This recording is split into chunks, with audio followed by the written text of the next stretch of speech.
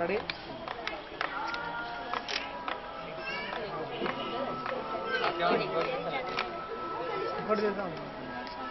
Malak.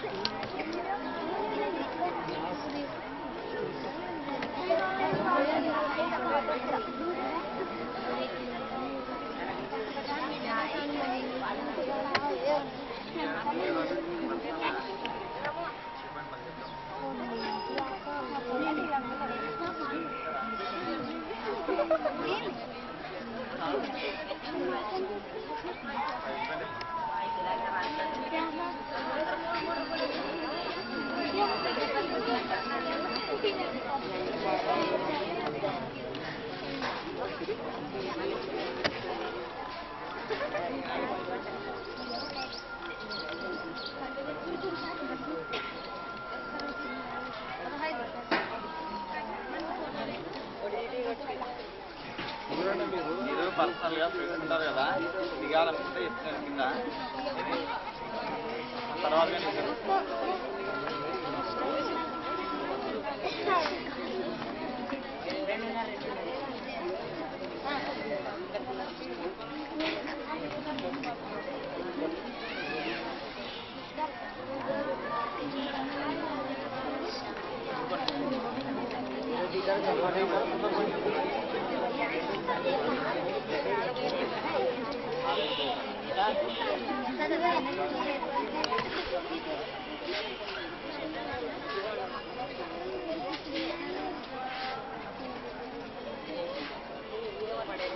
Ready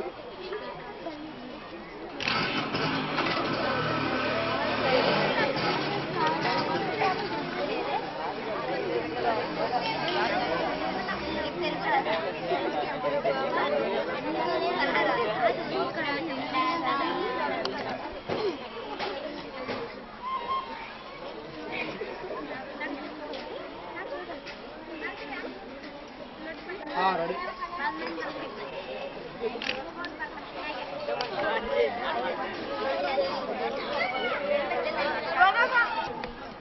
గౌరవనీయులైన ఉపాధ్యాయులందరికీ నా నమస్కారాలు. ఇప్పుడు నేను చెప్పేది ఏమంటే, ఇప్పుడు అంతా 10th క్లాస్ వాళ్ళందరూ పబ్లిక్ ఎగ్జామ్ రాస్తున్నారు. ఇన్ని రోజులు ఏం చదివినా చదవకున్నా ఇప్పటి నుంచి అయినా కష్టపడి చదివితే కనీసం పాస్ కాని వాళ్ళని సరే పాస్ అవుతారు.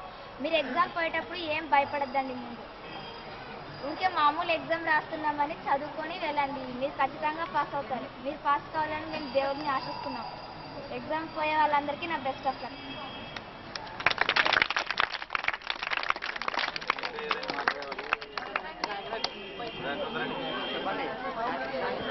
మాట్లాడతారా? తొందర రండి.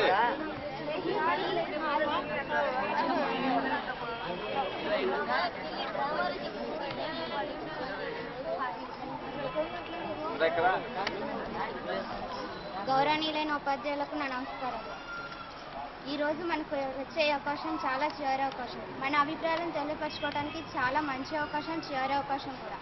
ఎన్నడూ మర్చిపోలేని ప్రోత్సాహాన్ని మన సార్ వాళ్ళు మనకు అందించారు. అందుకని వాళ్ళు కోరుకున్న విధంగా మనం అందరూ బాగా చదివి ఇన్ని రోజులు కష్టపడి చదవకపోయినా ఇప్పటి నుంచైనా కష్టపడి చదివి అందరూ పాస్ అవుదాం. అందరికీ ఆల్ ది బెస్ట్.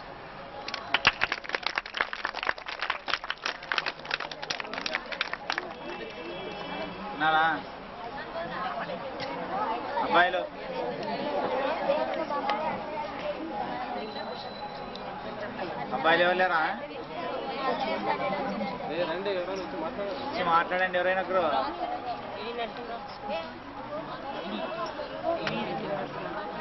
మీరు అమ్మాయిలు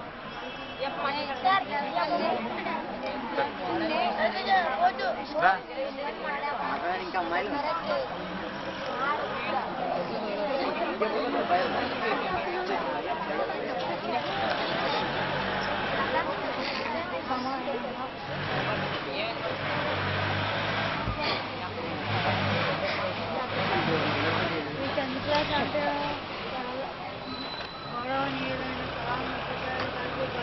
ఉపాధ్యాయులకు విద్యార్థులకు నేను చెప్పేది ఏంటంటే ఈ 10th క్లాస్ అంటే పబ్లిక్ బాగా కష్టపడితేనే అందరికీ గ్యారంటీగా వచ్చేది. బాగా కష్టపడితే వచ్చేది. ఇప్పుడు నుంచి చాలా ఇంటర్ డిగ్రీ అంటే కష్టపడాలి. ఇప్పుడు నుంచే పాసుకోవాలి. మనం ఇప్పుడు నుంచే ప్రయత్నిస్తే అప్పుడు డిగ్రీలు పాస్ అవచ్చు. ఈ అవకాశం ఇచ్చిన ఉర్దూన్ సార్ గారికి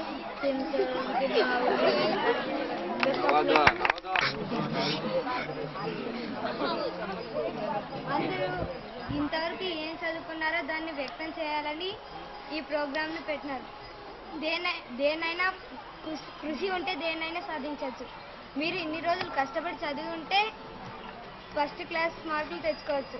కానీ ఇప్పుడు నుంచి చదువుకుంటే మీరు పాస్ అయినా అవుతారు. అందువల్ల మీరు ఇప్పటి నుంచైనా చదువుకోండి.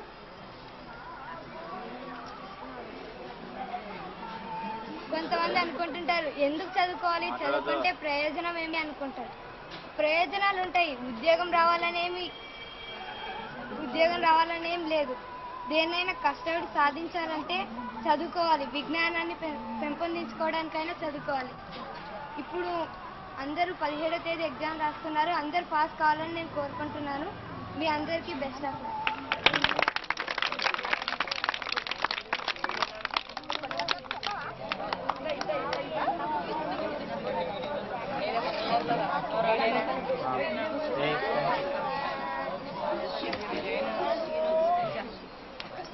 సార్ మాట్లాడతారు.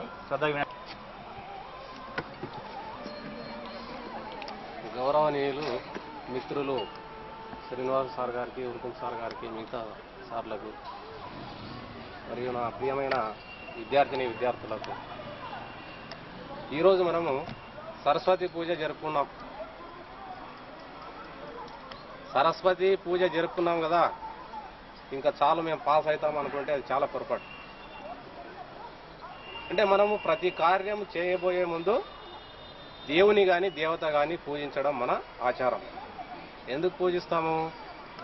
మనం చేసేటువంటి కార్యంలో ఏ విఘ్నాలు రాకుండా చేసినటువంటి పనికి కార్యానికి మంచి ఫలితం ఇవ్వమని భగవంతుని ప్రార్థిస్తూ పూజ చేస్తాం. మళ్ళీ నేను ఒకటి చెప్తాను, అయితే మీరు ఎంత కష్టపడి ఉంటే ఫలితం అంతే వస్తుంది. ఇది వాస్తవమే. మీరు ఎక్కువగా కష్టపడంటే మంచి మార్కులతో పాస్ అవుతారు. కష్టపడకుండా టైం వేస్ట్ చేసి సమయాన్ని వృధా చేసింటే మీరు ఫలితం తక్కువగానే పొందుతారు. 10వ తరగతి అనేది జీవితంలో చాలా ముఖ్యమైనటువంటి ఈ తరగతి అన్నమాట. అంటే నువ్వు పైకి ఎదగడానికి ఇదొక పునాది లాంటిది. 10వ తరగతి నువ్వు ఏ స్థాయికి పోయినా ఈ 10వ తరగతి మార్కులు చూడడం కానీ మార్కులు చూడడం కానీ జరుగుతుంది. మరి మీరు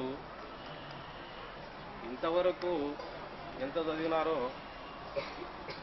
అది మీకే తెలిసి ఉంటుంది. ఇప్పటికైనా మించిపోయింది లేదు. ఈ కొద్ది సమయాన్ని సద్వినియోగం చేసుకుంటే మీరు మంచి ఫలితాన్ని పొందడానికి అవకాశం ఉంది. కాబట్టి సమయాన్ని మాత్రం మీరు వృధా చేయదు. అంటే ఫస్ట్లో మీలో మీకు సెల్ఫ్ కాన్ఫిడెన్స్, ఆత్మవిశ్వాసం ఉండాలా. మీలో చాలా మంది నేను గమనిస్తున్నాను, ఏం చదువుతావులే చాలు 10వ తరగతి వరకు చదివి ఏదో పొలం పనికి పోవడమో, లేదా కూలీ పనికి పోవడమో, లేకపోతే ఇంకా వేరే ఏదో పనికి పోవడమో చాలు అని అనుకుంటారు. అది చాలా శుద్ధ తప్పు. ఎందుకంటే ఏ మట్టిలో ఏ మాణిక్యం ఉంటుందో చెప్పలేం. గ్రేట్ ప్రెసిడెంట్ అబ్రహాం లింకన్ గురించి తెలుసా మీకు? చదువుకోవడానికి పుస్తకాలు లేవు అతని దగ్గర. లైబ్రరీలో పోయి పుస్తకాలు తీసుకొని చదువుకునేవాడు. స్నేహితుల దగ్గర పుస్తకాలు తీసుకొని టెక్స్ట్ బుక్లు నోట్స్లో రాసుకొని చదివేవాడు. వీధి లైట్ల కింద కూర్చొని చదివేవాడు. అంటే అతనికి ఆత్మవిశ్వాసంతో ముందుకు పోయినాడు కాబట్టి లాస్ట్కు అమెరికా ప్రెసిడెంట్ కాగలిగాడు. అత్యున్నత పదవి ప్రెసిడెంట్. కాబట్టి మీరు కూడా ఫస్ట్ మీలో ఆత్మవిశ్వాసాన్ని పెంపొందించుకోండి. మేము ఇంతేలే ఏం చేయలేము అనే భావన మీలో ఉండకూడదు. ప్రయత్నిస్తే ఏదైనా సాధిస్తారు. కాబట్టి మీరంతా ఫస్ట్ ఆత్మవిశ్వాసంతో పరీక్షల్లోకి అడుగు పెట్టండి. ఇక పరీక్షలు రాయబోయే ముందు కొన్ని విషయాలు చెప్తాను, మీరు వాటిని జ్ఞాపకం పెట్టుకోండి. ఈరోజు తెలుగు పేపర్ ఉందనుకోండి, పేపర్ 1 పరీక్ష, తెలుగు పరీక్ష రాసి వచ్చినారు.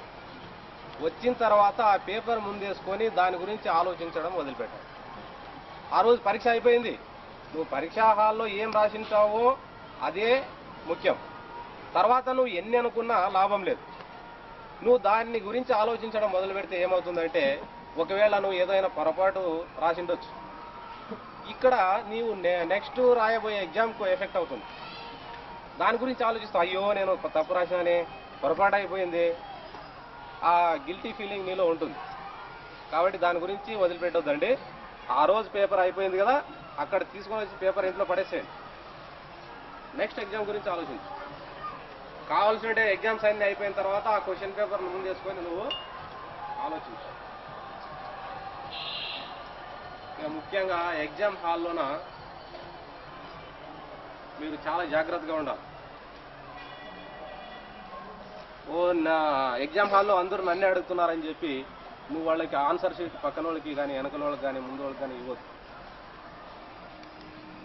ఎందుకంటే తనకు మాలిన ధర్మం లేదు. ఫస్ట్ నీది నువ్వు చూసుకో. నీ ఆన్సర్ షీట్ పక్కనోనికో వెనకలోనికో ఇచ్చినావు, వెంటనే ఎందుకంటే కొత్త వాళ్ళు వస్తుంటారు, పాత వాళ్ళు పోతుంటారు. అదేమి మాకు జరిగేటువంటి విషయం. సో మళ్ళీ మీరు ఇన్ని రోజులు చదివింటారు, కానీ మీకు ఉండేది 100 మార్కులు ఎగ్జామ్ అయితే మీరు తెచ్చుకోవాల్సినది 35 మార్కులు మాత్రం. అంటే ఇంకా 65 మార్కులు మీరు ఫ్రీ. అంటే ఏమి మీరు సాధించవలసింది కేవలం 35 మార్కులు వస్తుంది. అంటే ఈ 35 మార్కులు తెచ్చుకోవడం కష్టమా? చాలా సులభం. అసలు ఎగ్జామ్లో చదవలేదు, ఫెయిల్ అవుతానేమో అనేటువంటి భయాన్ని మీరు ముందుగా తొలగించుకోవాలి. ప్రతి ఒక్కరూ బాగా చదివి మరి ప్రతి ఒక్కరు మంచి మార్కులతో పాస్ అవుతారని, ప్రతి ఒక్కరు కూడా ఫెయిల్ అనేటువంటి సమస్య మీలో రాకూడదు. రాదు కూడా. ఎందుకు వస్తుంది? చదివినామంటే ఖచ్చితంగా వస్తుంది. ఈరోజు కష్టపడినవాడు రేపు ఖచ్చితంగా సుఖపడతాడు. ఈరోజు కష్టపడండి, రేపు ఖచ్చితంగా సుఖపడతారు. ఈ నియమాన్ని మీరు పాటిస్తూ ఎప్పుడైనా కానీ జీవితంలో ఈరోజు కష్టపడండి, రేపు ఖచ్చితంగా మీరు ఖచ్చితంగా సుఖపడతారని ఆశిస్తూ మీ అందరికీ నా యొక్క హృదయపూర్వక శుభాకాంక్షలు. మీనింగ్ తెలుగులో వీడ్కోలు. ఏం వీడ్కోలు అంటే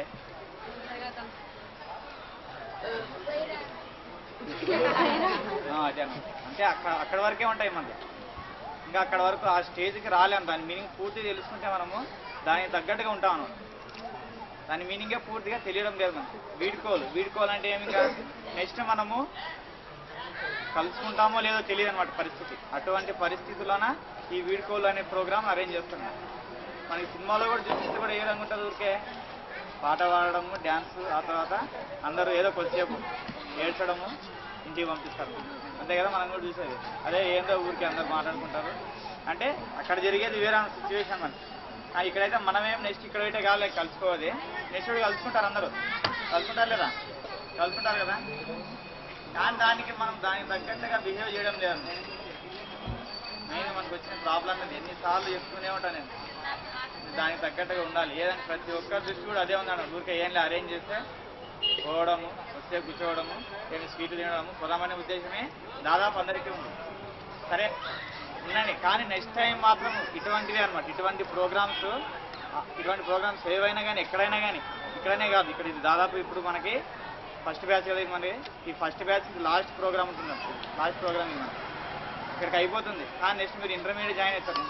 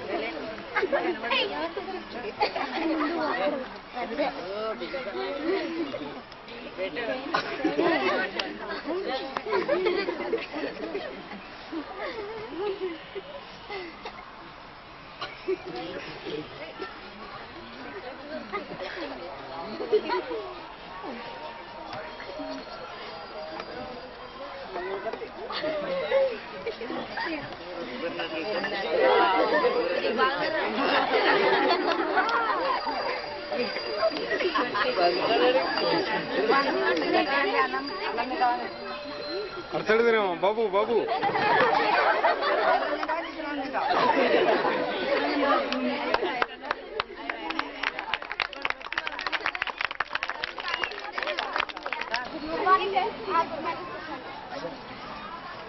సరే, నేను మీ పాత టీచర్ ప్లేస్లో వచ్చినాను. ఆ టీచర్ రిటైర్ అయిపోయినా కదా. సరే, ఫస్ట్ మీ పేరు తెలుసుకున్నాను. మీ పేరేం పేరు? సీత. ఓకే, సీత.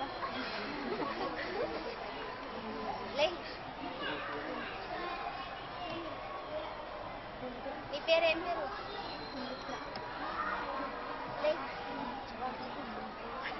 లెయ్యి.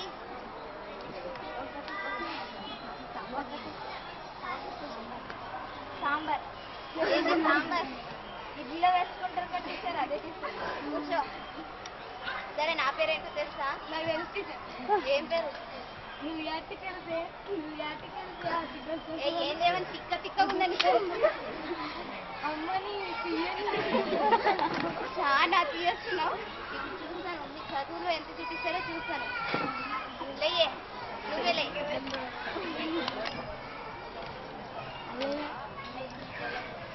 నువ్వులే.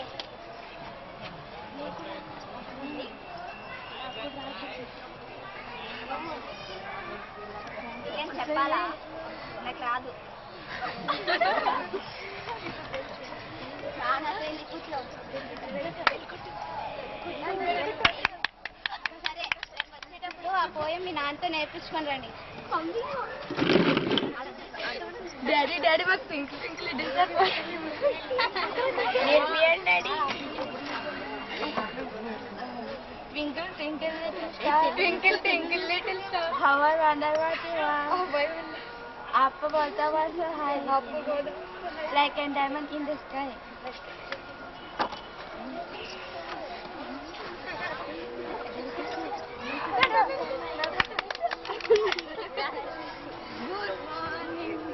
సరే, పిల్లలు కొంచెం ఎంజాయ్ లేయి. Pinki Pinki little star poem నేర్చుకున్నావా? ఏది చెప్పు.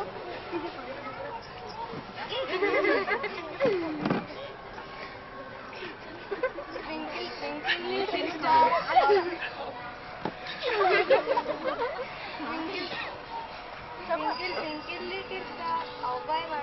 you want? Oppo, what the world and sky.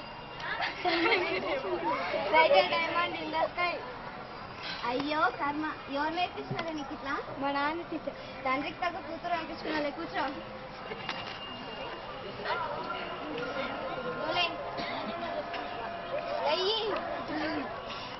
బాగు నిజం చెప్పు. లేదు నాకు ఎందుకమ్మా లేయం టీచర్ ఏం తల్లి మళ్ళీ లేయం టీచర్ బుక్ అక్కడ పెట్టండి టీచర్ కాగ్రం తరగతి టీచర్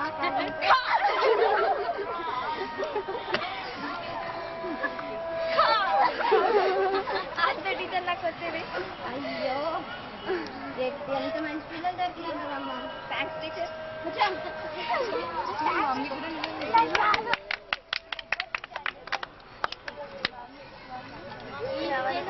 సర్లే ఈరోజు ఎక్స్ట్రా క్లాస్ తీసుకుంటున్నాను నేను మీకు చాలా అల్లరి ఎక్కువైంది జానీ వేసుకోక పోయాం ఎవరికన్నా వచ్చా ఏం చేస్తున్నారా మీరు మీ పాత టీచర్ మీకు ఏం నేర్పించింది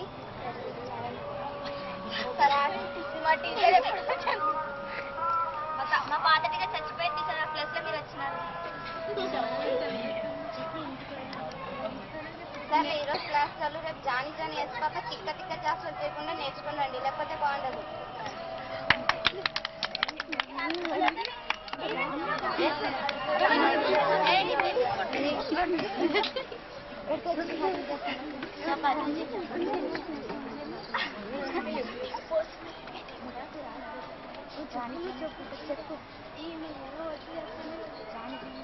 టీచర్ మమ్మీ టీచర్ జానీ వేసుకోక నేర్చుకురామని మమ్మీ నేర్చు జానీ వేసుకోక ఈటింగ్ షుగర్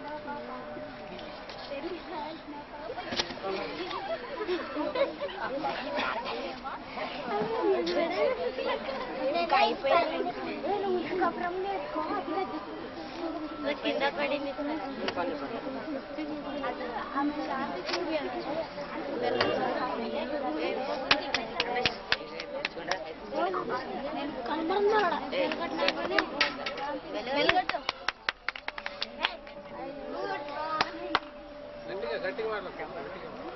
ఈరోజు మన స్కూల్కి లాస్ట్ డే కదా కాబట్టి ఈ రోజైనా కొంచెం మీరు మేనర్స్తో బిహేవ్ చేయండి లే ఇది వచ్చినప్పటి నుంచి చూస్తున్నాను చాలా తేలి చెప్పు బుక్ ఇవ్వండి సార్ మా అమ్మ చెప్పండి జానీ షుగర్లో పాపా టెలింగ్ లైఫ్లో పాపా ఓపెన్ ఓవర్ మోత్ తీసుకోండి ఎంత చెప్పినా కానీ సిగ్గులేదు కదా నీకు చెప్పేది ఒకటి రోడ్డు మీద కుక్కలకి చెప్పేది ఒకటి కూర్చో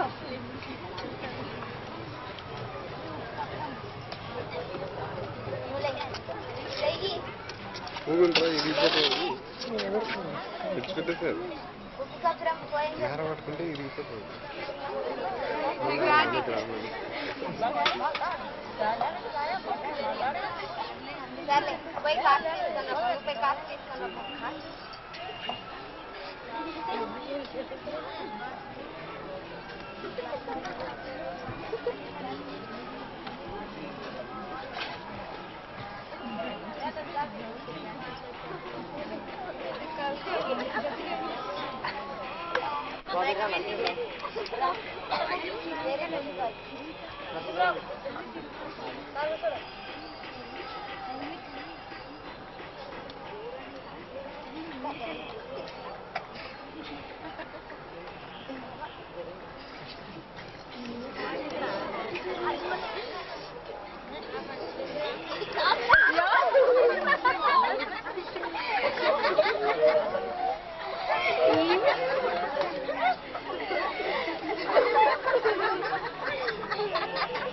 ఒక్క పని సరిగ్గా చేరుతుంది పరమానందే శిష్యులాగా ఉన్నారు పోయి బెల్కొట్రపో అట్లయితే మీరు పరమానందే పోయి బెల్కొట్రపో నన్ను ఎత్తిపోయినా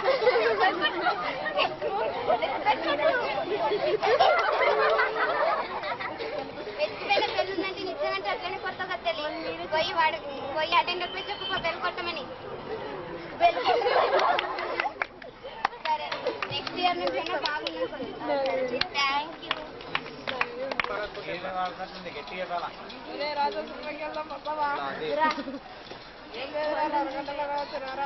రంగంలో పని ఉంది. అంగడి యజమాని అంగడి యజమాని రంగయ్య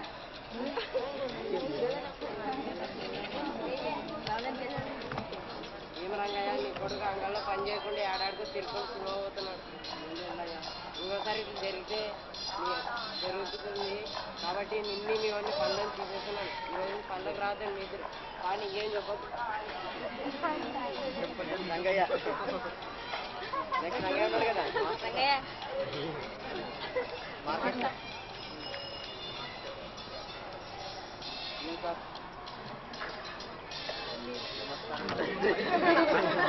సార్ బాగున్నారు. బాగున్నాను రంగయ్య. నువ్వు ఎలా ఉన్నావు? నీ కొడుకు ఎలా ఉన్నాడు? బాగుంటుందండి మాస్టర్. వాడిని పనిలో వేసుకుంటే వాడి నుంచి నా పని ఊడిపోయింది. చూసావా, నేను చెప్పిన మాటలు వినకుండా వాడిని పనిలో చేపించావు. ఇప్పుడైనా వాడిని బడికి పంపు. సరే మాస్టర్.